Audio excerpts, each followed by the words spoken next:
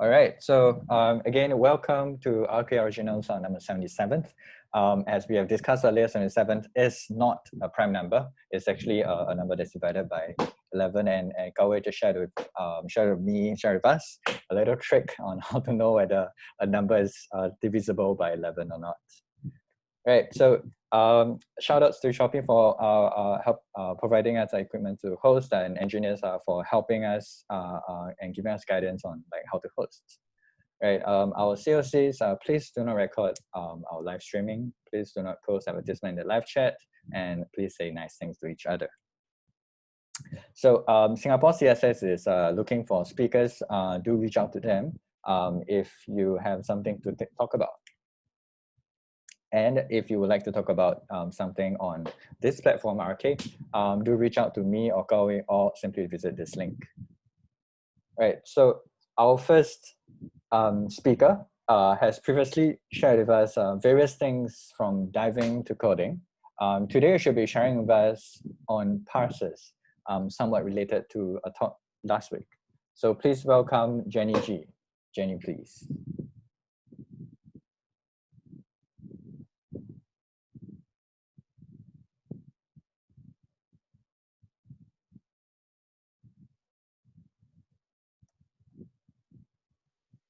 Yeah, I think 10 needs to stop sharing. Okay, we're seeing it.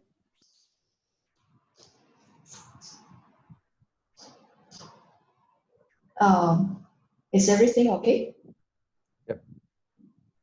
All right, cool. Hello, guys.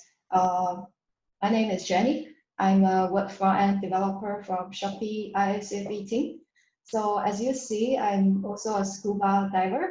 So if you are interested in talking with me about diving or technology, you can follow my Twitter account here.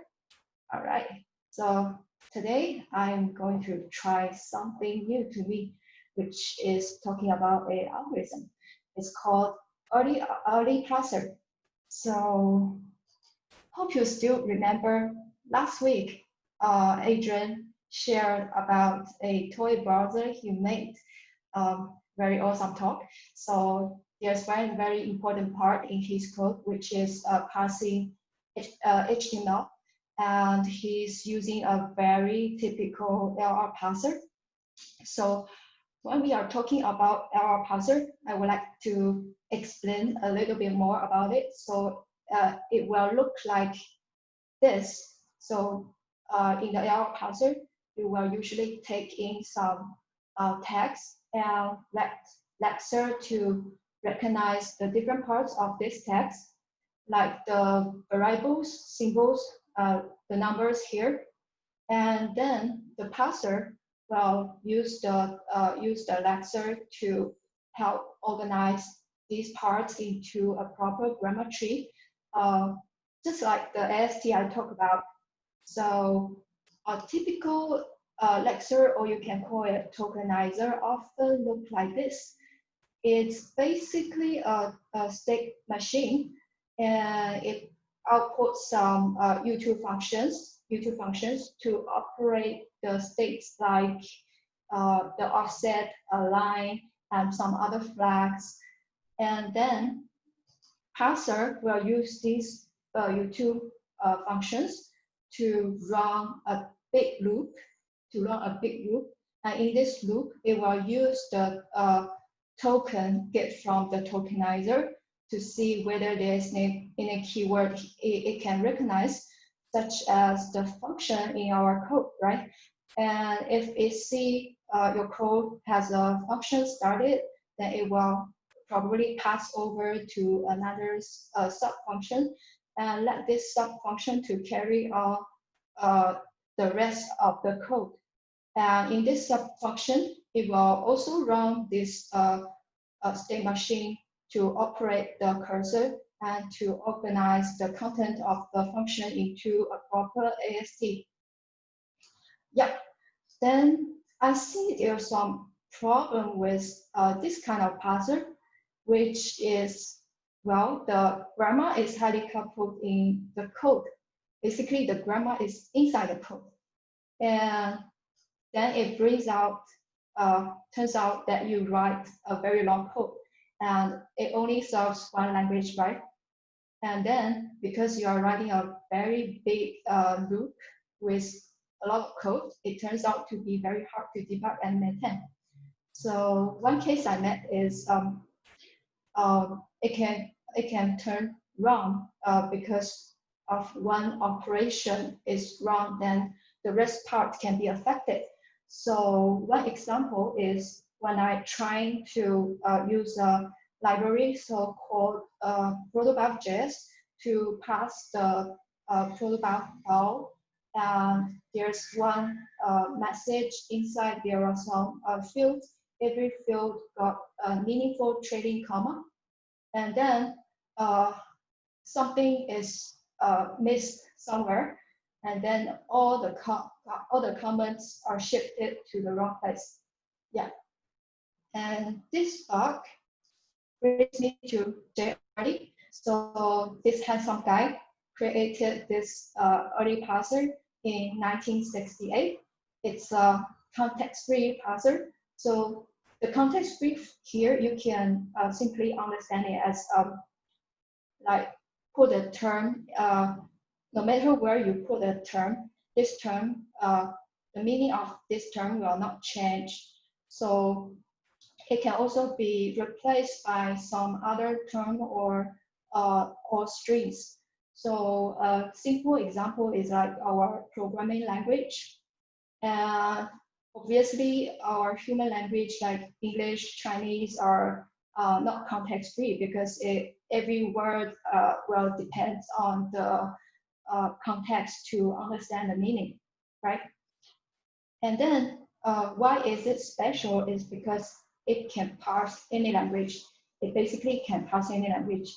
And it's just similar to the error parser. It do pass left to right, top to down. And the performance is quite okay, I would say. So the worst case, it will take cubic time. And the best case, only linear time. Yeah. And it's not complicated. So basically it takes in a grammar list defined by a user and run the dynamic programming to process this grammar. So the grammar list looks like this. It's similar to our arrow function, right? And it does a similar thing as well. So on the left of the arrow, we have some symbols. These are able to be expanded or be replaced by the symbols and strings on the right side. So we call it non-terminal. And then on the right side, you can see some strings and the regular expression, right? So these are not able to be expanded to other symbols. So we call it terminals. And then we will use dynamic programming. We often demonstrate the dynamic programming process with a proper chart. So let's say if you're passing 1 + 2, right, then the chart will look like this. So we have 4 columns, and the 4 columns are split by the progress of the passing. And the progress is represented by a red dot here, like a cursor. And each column is a set of states. So the state is like this. It contains 3 parts. So the first part is the grammar. Second part is the progress of this rules matching. So it's represented by a red dot as well. And third part is index of the column where this rule started to match. All right, and then we use 3 operations on these states to fill in this chart, which is scan, predict, and complete. So if you see such kind of state, that on the right of the dot is a terminal, right? Then it will run scanner So scanner will compare this terminal to the next element it wants to pass. And if it matches, it will add this state to the next column and move the dot one position behind. And if you see on the right of the dot is a non-terminal, then it will run a predictor. So predictor will go back to the grammar list and searching for the rules for S. So we find two rules here. And predictor will add these rules to S0 like this. And when it adds this state, it will put the dot at the beginning and set the starting index same as the current column index, which is 0 here. All right, so if you see a state has finished parsing, so the dot is at the end of this rule, right? So it finished parsing. Then in this case, it will run completer instead. So completer will go back to the column where it started to match, which is S0 here, and searching for the state having S on the right of the dot. So it finds two rules, two states actually, and completer will add them to the S3 column like this, and same as before, we move the dot one position behind. Okay, so this is it. So we can start with a simple example. This example, actually, I found on the Wikipedia, so you can find the chart on the Wikipedia as well. So we are going to pass 2 plus 3 multiplies 4 with this list of grammar, have 6 rules. All right, so the first thing we do is to put the starting grammar, which is P right arrow S, often on the first of the grammar list, to my first column S0. And when we put it, we can start to looping these states, and we will see the first rule. P right arrow S here, on the right of the dot is S, it's a non-terminal, right? Then as I say, when you see a non-terminal, it will run predictor. So predictor will go back to the grammar list and searching for the rules for this non-terminal. So it finds 2 rules, add them to the S0 column, add 2 rules, and then it's dropped down here. So it move on to the next state. And next state, I see on the right of the dot is still S. It's non-terminal. So by right, it should still run the predictor. But S I have already predicted, so it will just get duplicated result. And since I said the column should be a set structure, so it's not allowing to have the duplicated state. And so we just skip here and move on to the next state. So we do the same thing until the last one. The last one, this time, we see that on the right of the dot become a regular expression for string, and it's not it's terminal, right? Then see the terminal, we will run the scanner. So scanner will compare whether my next element matches to this terminal. So my next element is actually 2. So it matches to 1 to 4. So scanner will add this rule to my next column and move the cursor, move the dot 1 position behind. And this column finished because there's no more states found here. So it move on to the next column. And next column, this time we see that the dot is on the end of the rule. So it's finished parsing. Then it will run completer. So completer will go back to where it started to match. And we found it started to match from S0. So he go back to S0 and find whether there is a state that having T on the right of the dot. And we find this one. So the computer will add it to the S1 column and move the dot one position behind. Right. So keep on doing this and until all the columns are filled. So this is the complete column, complete chart. So if you are interested, you can see the details after this talk. And then here is the shortened version Suju code.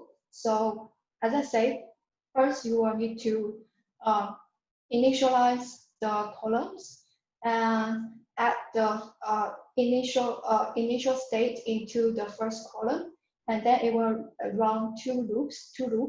First loop is the column. And second loop is the state in the column. And for each state, it will check whether it finished passing. So if it finished passing, it will run the computer. And if it's not, then it will check whether on the right of the dot is a terminal or non-terminal. So if it's a terminal, then it will run scanner. If it's a non-terminal, it will run predictor. Right, quite straightforward. So is it finished? Yes, finished. But I have a question. Where is the AST? Right. So as I said, a parser should produce a proper grammar tree like the AST at the first few slides. But where is the AST? Now I only have a chart with full of information, but I don't know how to use it.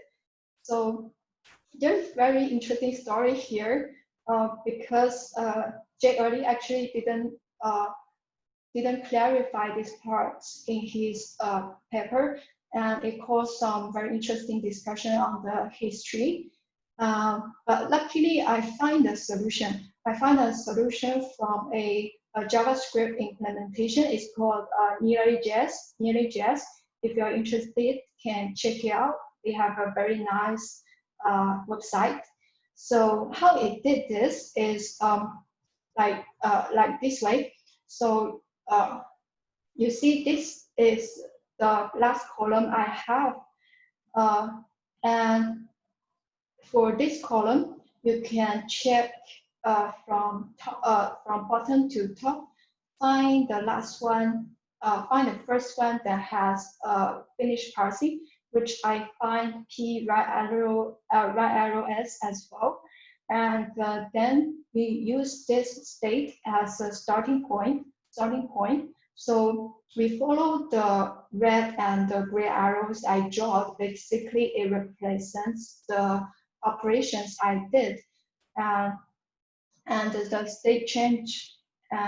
Yeah, and we follow these arrows and we find out all the completions, and then we will get this this chart.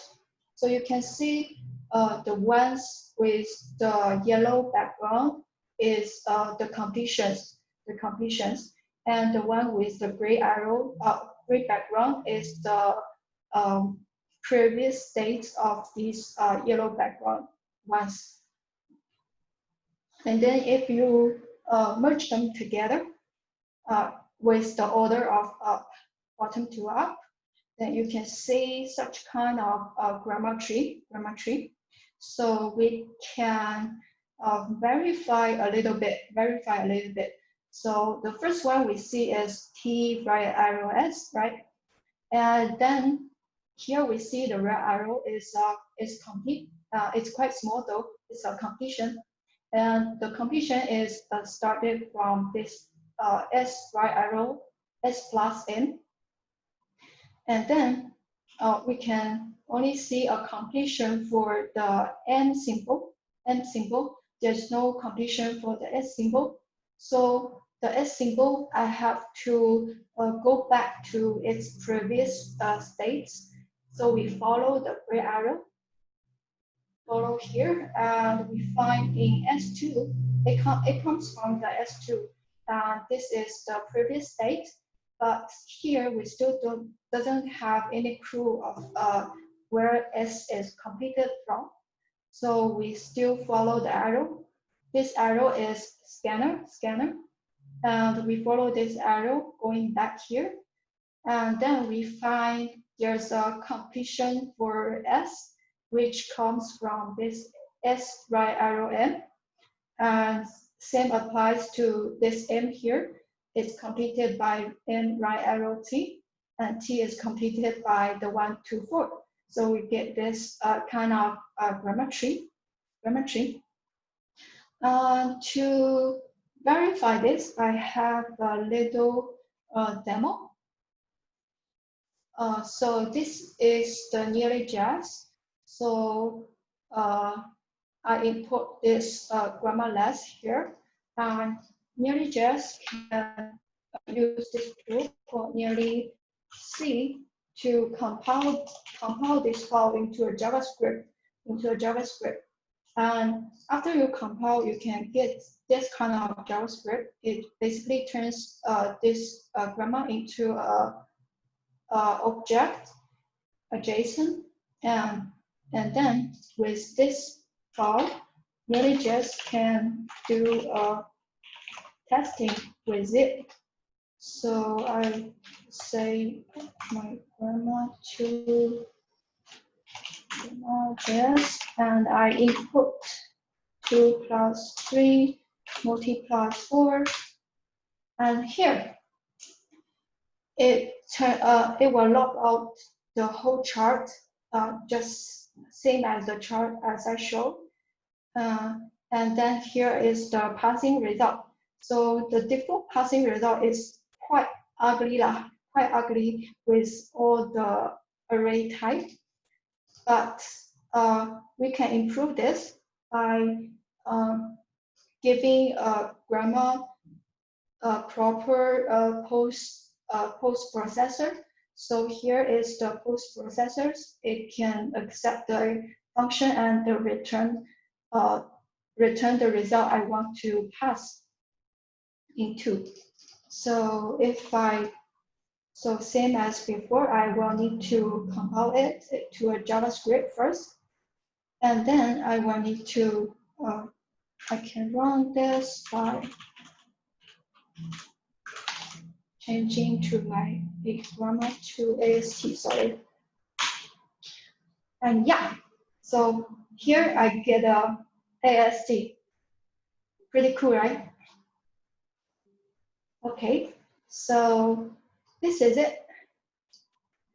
And on the right side is some materials I read for this early passer.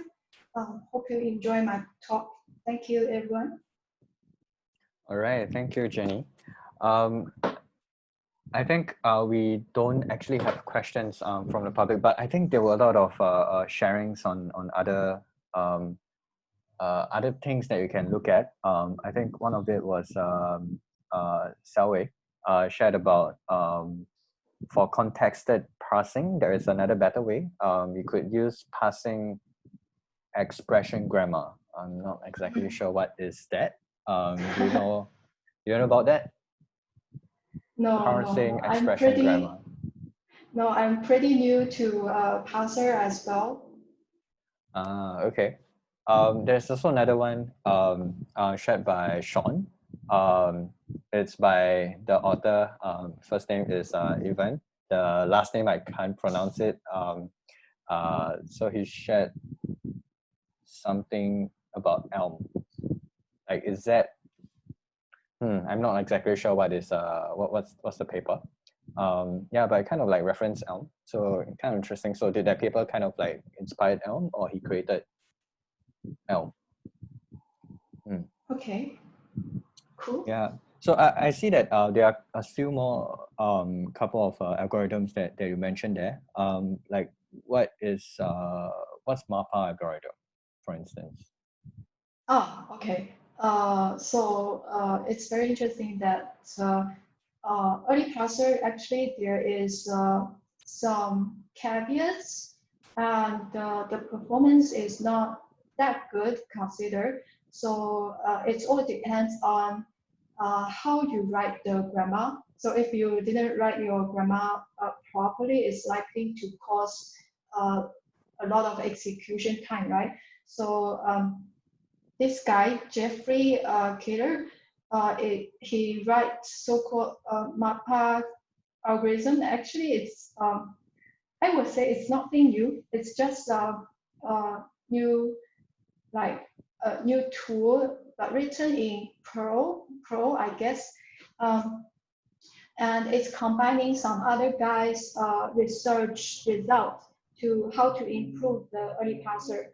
Yeah, and the end result is quite appealing. It can almost improve like 50% of time.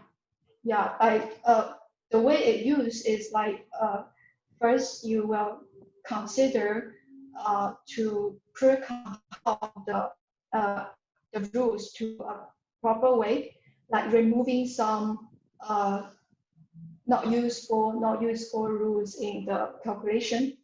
Yeah, and another thing is they need to take care of nullable symbols, nullable grammars. Yeah, and yeah, so this is the MAPA algorithm I know because I don't know Perl, so I didn't go into the source code. So for early, I see that you have shared like Nearly JS. It's something that's written in JavaScript. Yeah. So it's something that I kind of like think of. Is performance an issue for parsers? Yeah, like our parsers are generally computational heavy, because I don't really know much about parsers and what they actually calculate, right? I didn't compare this lot of parsers and algorithms. I think I may not have the link here, but there was one guy writing a very good blog to talk about the parsers and all the algorithms existing for the parsers. And there's a lot, and I'm not sure whether there's comparison of them. We have a question from the floor. So Sharon has a question. You have mentioned that you are new to parsers too. She thanks you for the explanation. She has a question on what do you use parsers for? Okay, so actually, personally, I didn't like